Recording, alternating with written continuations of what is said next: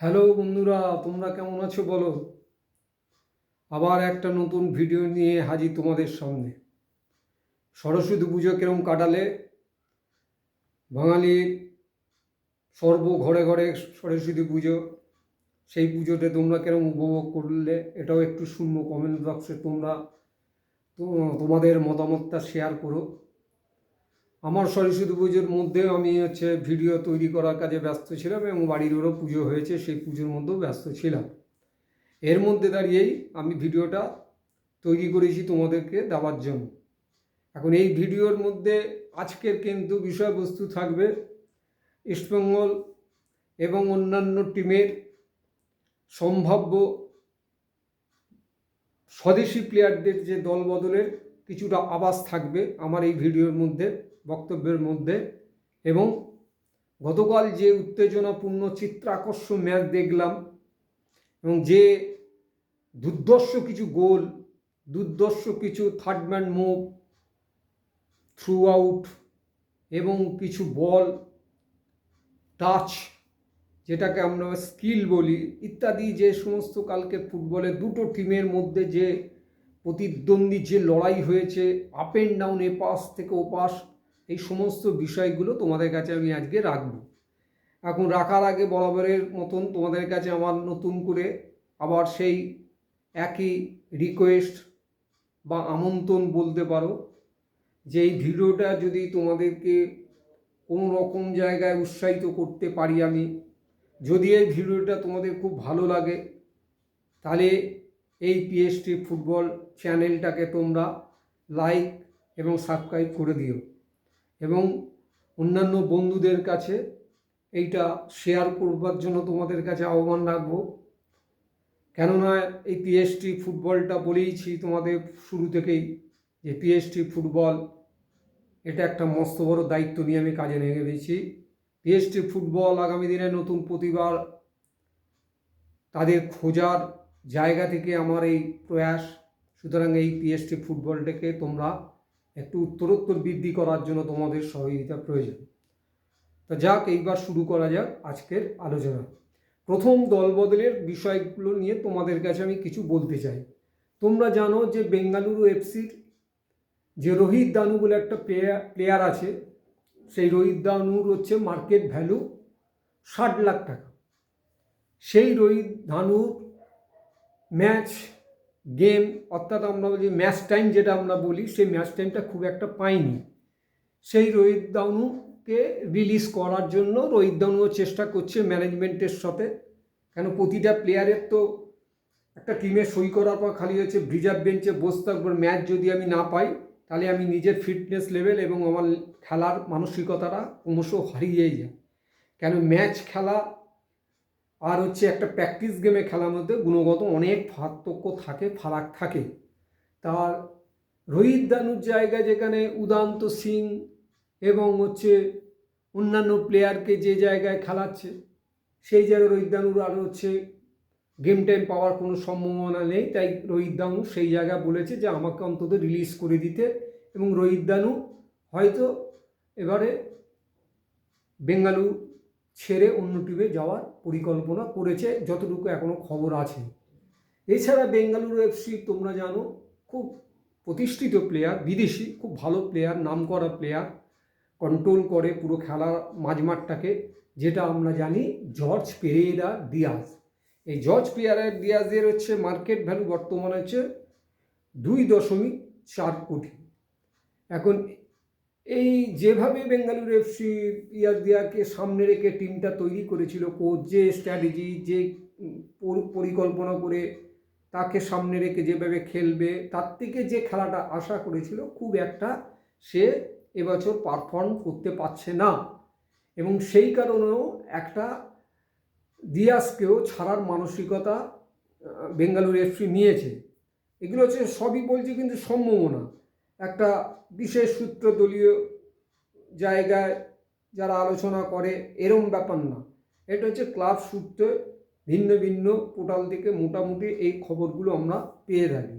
এখন সেই জায়গায় দাঁড়িয়ে দিয়াজ হয়তো তার পারফরমেন্সের নিরিখে বেঙ্গালুরু রাখবে না। এবং দিয়াজের পারফরমেন্স যদি বলো, সেটাই মাত্র 2টো গোল, আর হচ্ছে 3টে অ্যাসিস্ট করেছে, এরকম একটা অবস্থায় বেঙ্গালুরু এফসি তাকে আর রাখতে চাইছে না। এবং চেন্নাই এফসি তো যে বিকাশ নায়ক বলে যে প্লেয়ারটা, তাকেও হয়তো রিলিজ করে দেবে। এই হয়েছে মোটামুটি, তোমরা ধরে নিতে পারো যে আইএসএলের যে টিমগুলো, যতটুকু খবর যে আমাদের দেশীয় ফুটবল মধ্যে একটা বিদেশি বললাম, এইগুলো হচ্ছে এখন ট্রান্সফার মার্কেটে অল্প বিস্তর আলোচনা, অল্প বিস্তর সিটিং হচ্ছে এবং একটা মিউচুয়াল টার্মিনেট করতে চাইছে, লোন ডিলও যেতে পারে। এইটা হচ্ছে তোমাদেরকে আগে বললাম। আর ইস্টবেঙ্গলের ক্ষেত্রে যেটা বলবো, যে ইস্টবেঙ্গল ক্লাবের কিন্তু যে অবস্থায় দাঁড়িয়ে আছে, সেখানে কিন্তু ক্লিন্টন সিলভা এবং হিজাজির যা চোটের কবলে পড়েছে, তার অপারেশন হবে এবং সেই অস্কার বুজো কিন্তু আর কন্টিনিউ করতে চাইছে না। এবং এই জায়গা বলে থাকি, 31শে মে অবধি অন্তত, তার আগে কিছু করা যাচ্ছে না। কিন্তু যেহেতু ইস্টবেঙ্গলের এখন যে সুপার সিক্সের বিষয়টা আছে, খেলাগুলো খেলবে, সেটা যে খুব একটা বড় ফোকাস করছে অস্কার বুজো, এরকম কিন্তু না। অস্কার বুজো এইবার সামনে রাখছে সুপার কাপটা আসবে, সুপার কাপ এবং হচ্ছে এএফসি চ্যালেঞ্জ। এখন এই এএফসি এবং সুপার কাপের জন্য ম্যানেজমেন্টের কাছে অস্কার বুজো কিন্তু দুজন বিদেশিকে চাইছে, এবং সেই বিদেশি কে হতে পারে সেই রকম কোনো নাম কিন্তু এখনও আমাদের কাছে খবরে আমরা কোনো কিছু নিতে পারিনি, এবং যেটা পারিনি সেটা তোমাদের কাছেও রাখবো না। তবে প্রথম দিকে যেটা শোনা যাচ্ছিল, অস্কার বুজোর কিন্তু কর্মকর্তাদের সাথে যে সিটিং হয়েছিল, সেখানে কিন্তু বলেছিল যে আমার একটা সেন্টার ফরওয়ার্ডে লাগবে। কিন্তু এখন অস্কার বুজোর একটু পরিবর্তন করেছে, ম্যানেজমেন্টের কাছে এই প্রস্তাব বলেছে এমন একটা প্লেয়ার দিতে যেটা হচ্ছে ডিফেন্স এবং হচ্ছে মাঝমাঠকে সে কভার করতে পারে, খেলতে পারে, প্রয়োজনে তাকে এরকম অল্টারেশন করে খেলাতে আমি যাতে পারি, সেরকম একটা প্লেয়ার আমার দরকার।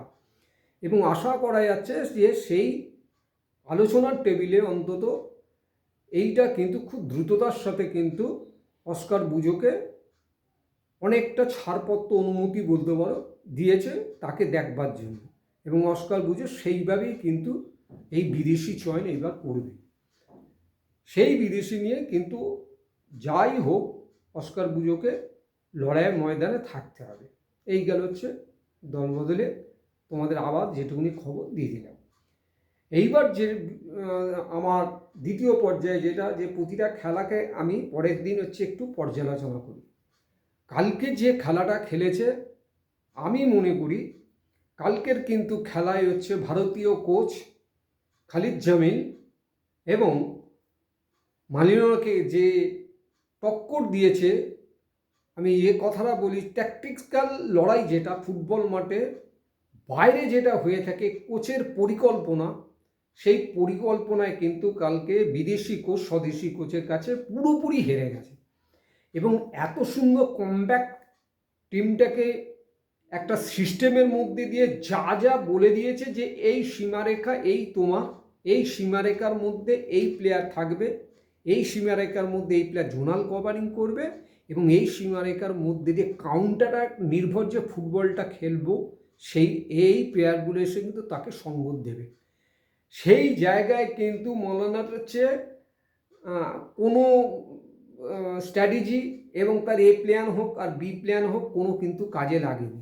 এবং অসাধারণ একটা ম্যাচ দেখেছি কালকের যে ম্যাচে। তুমি বলো বোরা যেভাবে, গোয়ার মতন টিম প্রতিটা খেলায় যে পাশের ফুলঝুরি ছুটিয়ে দেয়, সে পাস কিন্তু কালকে খেলতে দেয়নি। এবং সেইটা সম্পূর্ণ কালকে কৃতিত্ব বলতে পারা যায়। প্রতিটি প্লেয়ারকে যেভাবে যে নির্দেশ দিয়েছে, ঠিক সেই নির্দেশগুলো সেই অঞ্চল জুড়ে কিন্তু তারা দাপিয়ে বেড়েছে, প্রবলভাবে দাপিয়ে বেড়েছে।